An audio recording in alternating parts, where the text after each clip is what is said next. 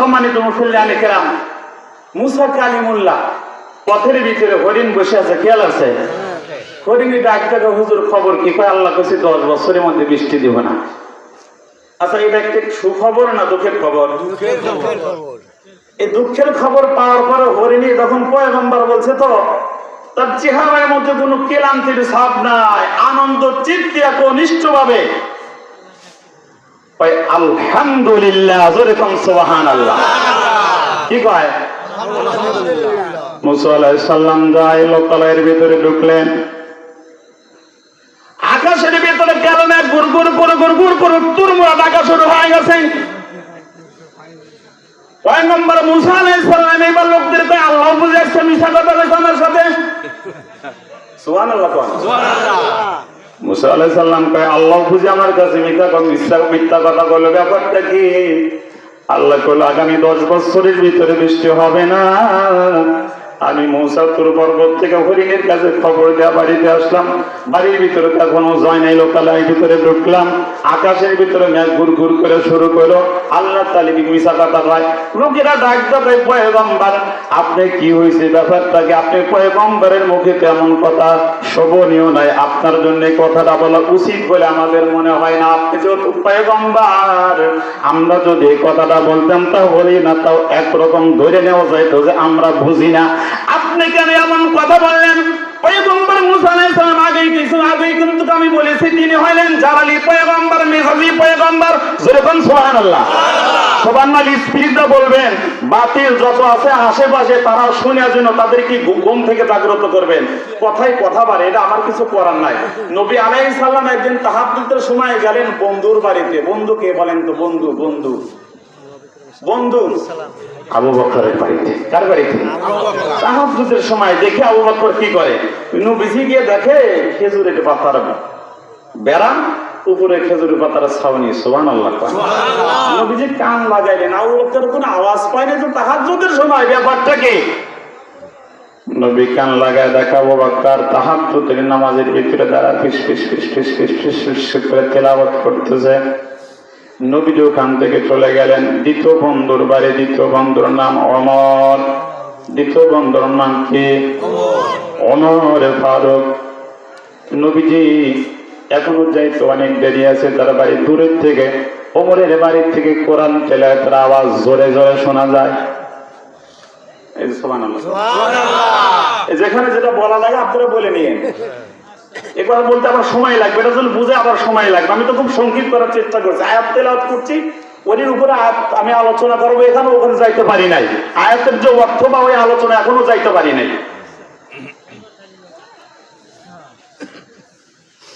নবী যে গেলেন ওমরের বাড়ি, রওনা দিলেন। পথের ভিতর থেকে কোরআন তেলাওয়াতের আওয়াজ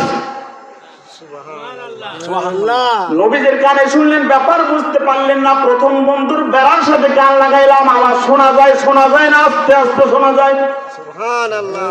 একটু দূর যাওয়ার পরে ঘরের কাছে কান লাগাই না, দূর থেকে ওমরের কণ্ঠের কোরআন তেলাওয়াতের আওয়াজ। তাহাজ্জুদের সময় আমার নবীজি বলেন আমার কানের ভিতরে আঘাত করতেছিল।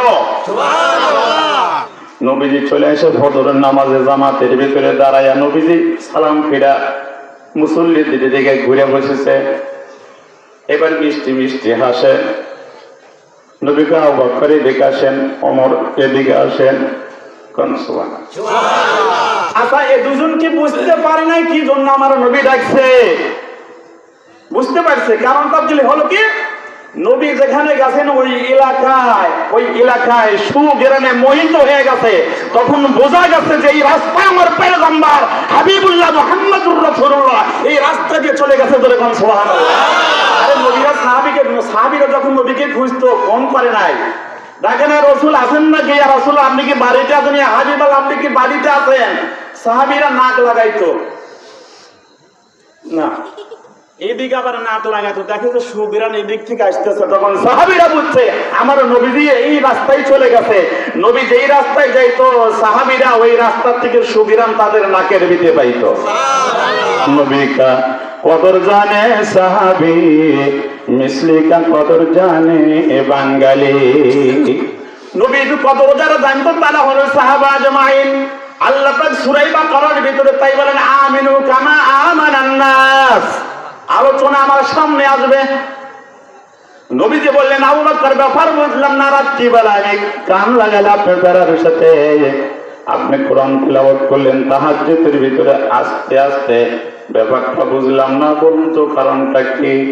এবার নবীর সাহাবী আবু বকর ডাকতে, ইয়া রাসূলুল্লাহ, ইয়া হাবিবাল্লাহ, নবী গো, আমি সর্বপ্রথম যখন আপনি যখন ওই জাবালে নূর থেকে কোরআন নাজিল হয়েছিল আপনার উপর, আপনি সে যখন বললেন, আবু বকর এতদিন ছিলাম আমি মুহাম্মদ ইবনে আব্দুল্লাহ, আজকে থেকে জিবরাইল আমার কানে কানে কয় আমি মুহাম্মাদুর রাসূলুল্লাহ। আবু বকর ডাক দেখে, নবী গো, সর্বপ্রথম আপনার হাতখান কম্পন করে দেন। আমি সর্বপ্রথম ওই দিন সাক্ষী দিয়েছিলাম যে আপনি নিশ্চয় আল্লাহর রাসূল, আল্লাহর রাসূল বলে কন্যা সুবহানাল্লাহ। নবীজি ডাক দেয়, আবু বকর কেন আপনি তাহলে আস্তে কোরআন তেলাওয়াত করলেন তাহাজ্জুদের নামাজের ভিতরে? এবার আবু বকর ডাক দেখে, নবী গো, ওই কোরআন আপনার উপর নাজিল হলো, ওই কোরআনটা হলো মানুষের জন্য সংবিধান, মানুষের জন্য, মানুষের পারিবারিক জীবন, ব্যক্তিগত জীবন, পারিবারিক জীবন, সামাজিক জীবন, রাষ্ট্রীয় জীবন থেকে আন্তর্জাতিক পর্যায়ে যারা এই কোরআন দিয়ে জীবন বিধান চলাবে, রাষ্ট্র চলাইবে, ব্যক্তিগত জীবন চলাইবে, পারিবারিক চলাবে, সমাজে এটা বাস্তবায়ন করবে, রাষ্ট্রে দ্বারা বাস্তবায়ন করবে, আল্লাহ তাআলা ওয়াদা দিয়ে আসমান থেকে আল্লাহ রহমত এবং জমিন থেকে বরকতের দরজা সকলের জন্য খুলে দেবে।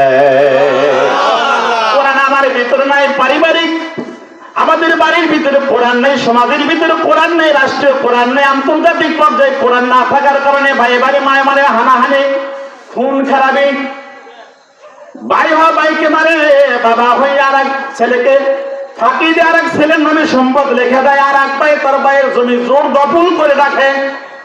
মিথ্যা কথা কইলাম মনে হয়? এইগুলো আছে না এই সমাজের ভিতরে? আমার আল্লাহ কয়, লাহুম কুলুবুন লা ইয়াফকাহুনা বিহা ওয়া লাহুম আ'ইনুন লা ইবসিরুনা বিহা ওয়া লাহুম আযানুন লা ইয়াসমাউনা বিহা উলাইকা কাল আনআম।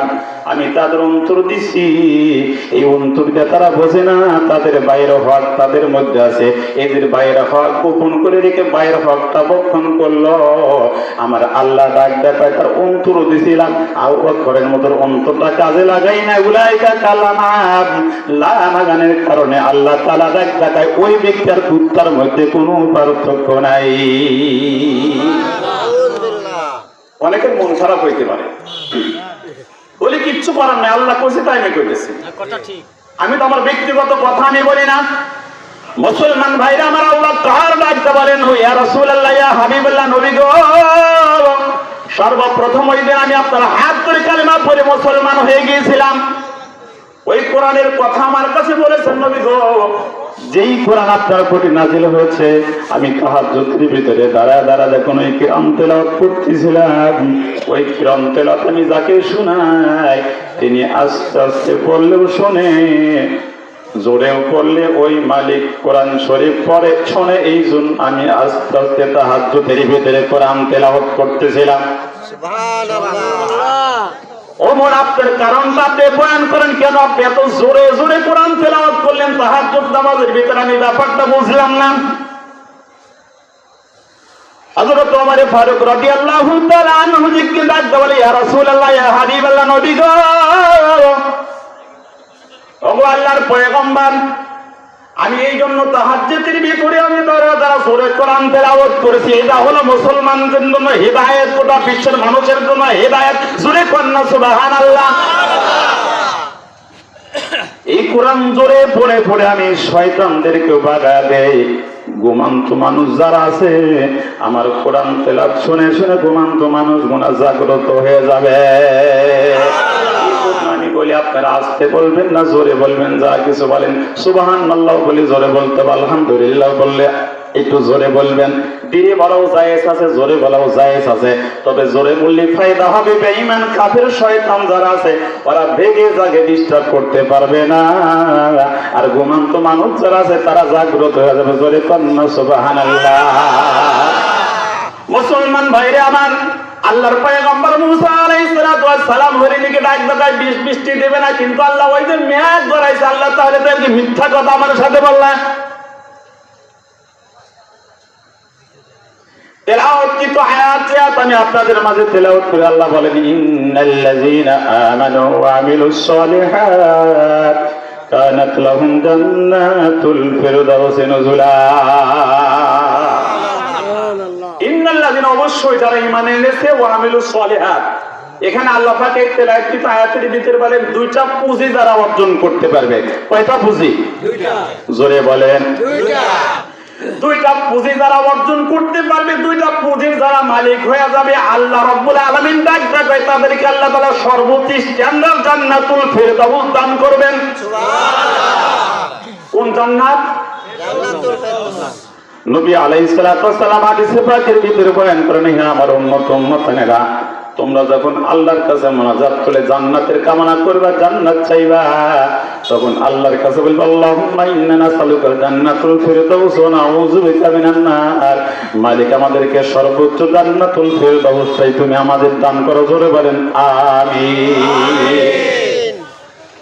জান্নাতুল ফিরদাউস হলো সর্বোচ্চ স্ট্যান্ডার্ড জান্নাত। আল্লাহ পাক বলেন কয়টা পুঁজি আমাদের অর্জন করতে হবে? এক নম্বরের নাম হলো ঈমান, আনতে হবে আল্লাহর উপরে। কার উপরে? আল্লাহর উপরে। এক নম্বর পুঁজি হলো ঈমান। দুই নম্বর পুঁজির নাম নেক আমল। এক নম্বর পুঁজির নাম কি? ঈমান। দুই নম্বর পুঁজির নাম নেক আমল। মুখস্থ করে যাবেন ওয়াজ, তাহলে ধরে রাখা সম্ভব হবে, আমল করা সম্ভব হবে। এক নম্বর পুঁজির নাম ঈমান, আর দুই নম্বর পুঁজির নাম নেক আমল। এক নম্বরে আমরা আসি, ঈমান আনতে হবে। ঈমানের হাদিসের ভিতরে যতগুলা সংখ্যা আছে, যতগুলা প্রকার আছে ঈমান আমরা যে আনবো, তার মধ্যে সর্বোৎকৃষ্ট ঈমান আমি সংক্ষিপ্ত যে কথা আপনাদের মাঝে দিয়ে আমি আলোচনার সামনে আগাইব, বর্তমান যুগের সাথে মিল রেখে যতগুলো ঈমানের শাখা আছে, যতগুলা প্রকার আছে ঈমান আনার কথা আল্লাহ তাআলা বলেছেন, তার মধ্যে এক নম্বর হলো মহাগ্রন্থ আল কোরআন। আল কোরআনের বিসমিল্লাহ হইতে শুরু করে মিনাল জিন্নাতি ওয়ান নাস, সর্বপ্রথম শুরু হলো বা দিয়া, শেষ হলো সিন দিয়া। বা আর সিন মানে বাস, বাস মানে কাফি, বাস মানে যথেষ্ট, বাস মানে কমপ্লিট।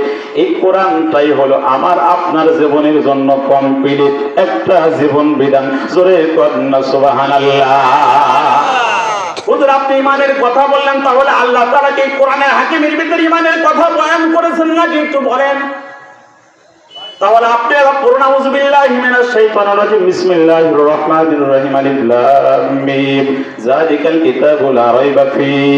আলিফ লাম এর হরফে মুকাত্তাত, এর কোনো অর্থ নাই। অর্থ থাকলেও আল্লাহ তাআলা ভালো জানেন, গোটা পৃথিবীর মানুষ আলিফ লাম মিমের অক্ষর ব্যাখ্যা করতে পারবে না। এরপরে যালিকাল কিতাব, ওই কোরআন যেটা লৌহে মাহফুজ থেকে আমার নবীর প্রতি নাজিল হয়েছে, আমাদের বাড়িতে কিন্তু একটা করে আছে না নাই? জালিকাল কিতাব, ওই কিতাব আর সে লৌহে মাহফুজের কথা আল্লাহ তাআলা বলেছেন, ওই কিতাব যেটা লৌহে মাহফুজ থেকে আমার নবীর উপর নাযিল হয়েছে জাবালে নূরের ভিতরে। জালিকাল কিতাব, ওই কিতাব ও মুসলমান যেটা তোমাদের ঘরের ভিতরে আছে, লা রাইবা ফি, ওর ভিতরে কোনো ভুল নাই, কোনো সন্দেহ নাই। জোরে কন্না সুবহানাল্লাহ। এটা নির্ভেজাল কিতাব। কি কিতাব? নির্ভেজাল কিতাব। সম্মানিত ভাইরা আমার, আল্লাহ তাআলা বলেন হুদাল লিল মুত্তাকিন। আমরা প্রশ্ন করি আল্লাহ এই কোরআন দিয়ে কি হবে? হুজুর এই কোরআন দিয়ে কি হবে? এই কোরআনের কাম কি? আল্লাহ কয় হুদাল লিল মুত্তাকিন, এরা মুত্তাকিনদের জন্য হেদায়েত। আমার আলোচনার পয়েন্ট এখন যেটা সামনে বলবো, আল্লাযিনা ইউমিনুনা বিল গায়বি ওয়া ইউকিমুনাস সালাহ। সর্বপ্রথমে আল্লাহ তাআলা এখানে বলেন আল্লাযিনা ইউমিনুনা বিল গায়ব, তোমরা ঈমান আনো বিল গায়ব, ওই কিতাব যে কিতাব আল্লাহ লৌহে মাহফুজ থেকে আমার নবীর উপর আল্লাহ তাআলা জিবরাইল দিয়ে নাজিল করেছেন। জোরে কন্না মারহাবা। ওই কিতাবের উপর আমরা ঈমান আনলাম। তাহলে এখন প্রশ্ন, ঈমান তো হুজুর বললেন ঈমান আনার কথা, কেমন ঈমান আমরা আনবো? প্রশ্ন হয় কিনা?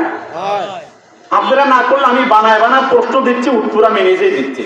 শুধু একটু আপনারা প্লিজ আমার দিকে খেয়াল করেন, যতক্ষণ আলোচনা আমি করবো।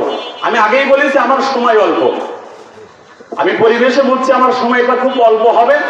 তবে গত বছর থেকে বলা হয়েছিল হুজুর আপনাকে একটা লম্বা সময় দেওয়া হবে। আমার মনে হচ্ছে বেশি সময় পাবো না, বেশি হোক আর কম হোক ওইটা আমার ব্যাপার না। আমার হুজুর বলছে যেখানে যাইবা সময় অল্প, ভূমিকা কম দিয়া ডাইরেক্ট তোমার মূল কথা আলোচনা করবা। এটা আমার হুজুরের নির্দেশ। আমার হুজুরে আমার সবকিছু শিখিয়ে দিয়েছে। সাধারণ কোনো মানুষের কাছ থেকে বলে আমাকে শিক্ষাতে, আমার ওস্তাদ ছিল অনেকগুলো, ওস্তাদের কাছ থেকে আমি শিখাতে কন্যা আলহামদুলিল্লাহ। আল্লাযীনা ইউমিনুনা বিল গায়ব, ঈমান আনার কথা বলবো। কেমন ঈমান আনবো? ওই যে আমি বলেছিলাম আসতেছে আলোচনায়, আমিনু কামা আমানান নাস। আল্লাহ বলেন আমিনু, এ দুনিয়ার মানুষেরা তোমরা ঈমান আনো, আমিনু কামা, তাদের মতন আমানান নাস, ওই সমস্ত সাহাবী যারা ঈমান এনেছিল তাদের মতন ঈমান আনো। জোরে কন্যা সুবহানাল্লাহ। সাহাবীদের মতন আমাদেরকে ঈমান আনতে হবে। কাদের মতন আমাদের ঈমান আনতে হবে? আব্দুর রহমান বিন আউফ ঈমান এনেছিল আমার নবীর হাত ধরে, কালেমা পড়ে মুসলমান হয়েছিল। বলে হুজুর সাহাবীদের কথা কেন আপনি বয়ান করেন? ওয়ালা নবী সাল্লাল্লাহু আলাইহি ওয়াসাল্লাম, নবীজি বলেন আসহাবী কান নুজুম, আমার উম্মতেরা, আমার সাহাবীরা, আমি হলাম আকাশের চন্দ্র আর আমার সাহাবীরা হলো আকাশের তারকা। জোরে কন্যা মারহাবা।